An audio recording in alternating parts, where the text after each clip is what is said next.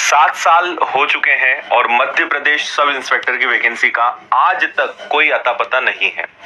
और ज्यादा धक्का सभी को तब लगता है जब एग्जाम का कैलेंडर अपडेट होता है और इसमें कोई जानकारी किसी प्रकार की नहीं है ना। एमपीएसआई इसमें नहीं दिख रहा है, कांस्टेबल या फिर महिला सुपरवाइजर, कोई भी वैकेंसी यहाँ पे नहीं है। और यहाँ पे जो भी एग्जाम्स अपडेट हुए हैं उसकी भी तैयारी करने वाले विद्यार्थी वैसे भी बहुत कम संख्या में होते हैं। अधिकतर जो भर्तियां जिनकी सबसे ज्यादा तैयारी की जाती है वो यहाँ पे ईएसवी के लेटेस्ट अपडेट में नहीं है।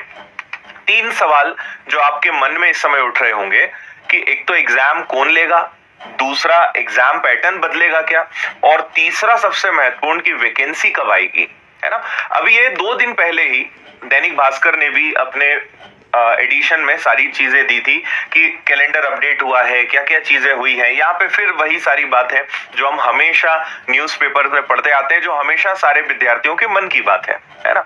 सबसे पहले मैं आपको ये क्लियर कर दूं कि मैं जो भी चीजें आपको बताऊंगा वो वही बताऊंगा जो अब तक की ऑथेंटिक है या जो कंफर्म है। मैं आपको कोई भी ऐसी चीज नहीं बताऊंगा कि ये मेरा अनुमान है या ऐसा हो सकता है या ये चीज हो सकती है। जो फैक्ट है या जो जेन्युइन है वही चीज मैं आपको बताऊंगा।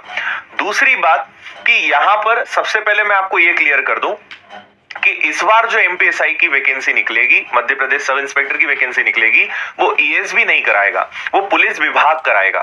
तो ये भी एक यहाँ पे मेन कारण है कि पुलिस विभाग कराएगा तो ईएसवी का उससे कोई लेना देना नहीं है, इसलिए भी ईएसवी उसको अपडेट नहीं करेगा। तो पहला आपको तो जवाब ये मिल गया कि एग्जाम कौन लेगा, तो एग्जाम लेगा पुलिस विभाग, ठीक है। दूसरी बात, एग्जाम पैटर्न बदलेगा क्या, तो मैं आपको इसका भी बता दूं कि यस, इसका एग्जाम पैटर्न भी चेंज होगा।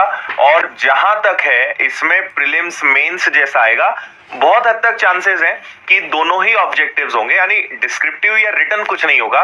प्रीलिम्स हो या मेंस हो या उसके बाद इंटरव्यू होगा, तो प्री और मेंस ऑब्जेक्टिव होगा।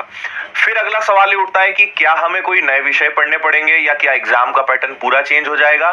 तो मैं आपको ये भी क्लियर कर दूं कि जो विषय आप पढ़ते आए हैं, चाहे वो मैथ्स हो, रीजनिंग हो, हिंदी हो, इंग्लिश हो, GS, science, current affairs, MPG के विषय यही सारे रहेंगे।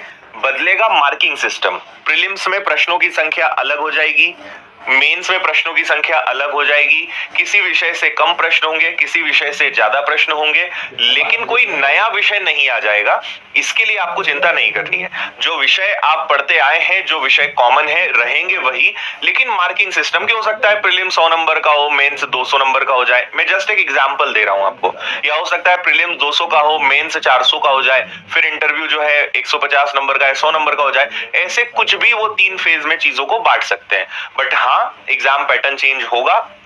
और इसके लिए आप ये समझिए कि पिछले यानी 2023 में इसको लेकर नए पैटर्न और इस सब को लेकर डिसीजंस हुए, लगभग पैटर्न तय हो गया, रूल बुक बनने वाली थी।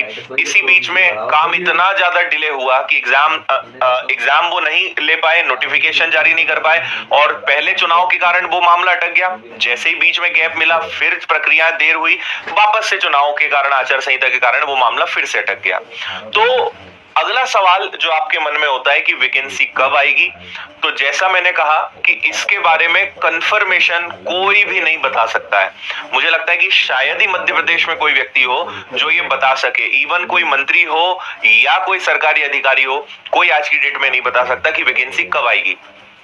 बहुत हद तक चांसेस हैं कि 2024 के अंत तक आपको इसका नोटिफिकेशन देखने को मिले।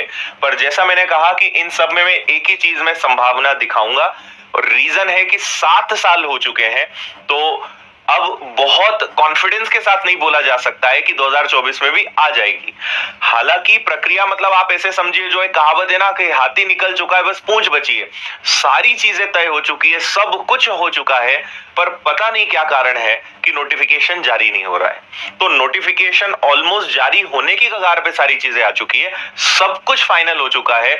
और इस बार आपको और एक बात बता दूं कि फिजिकल के भी मार्किंग सिस्टम रहेंगे। जैसे कांस्टेबल में फिजिकल के मार्क्स है, वैसे एमपीएसआई में भी फिजिकल के मार्किंग सिस्टम होने की पूरी लगभग उम्मीद है, तो वो भी बदलाव यहाँ पे रहेगा।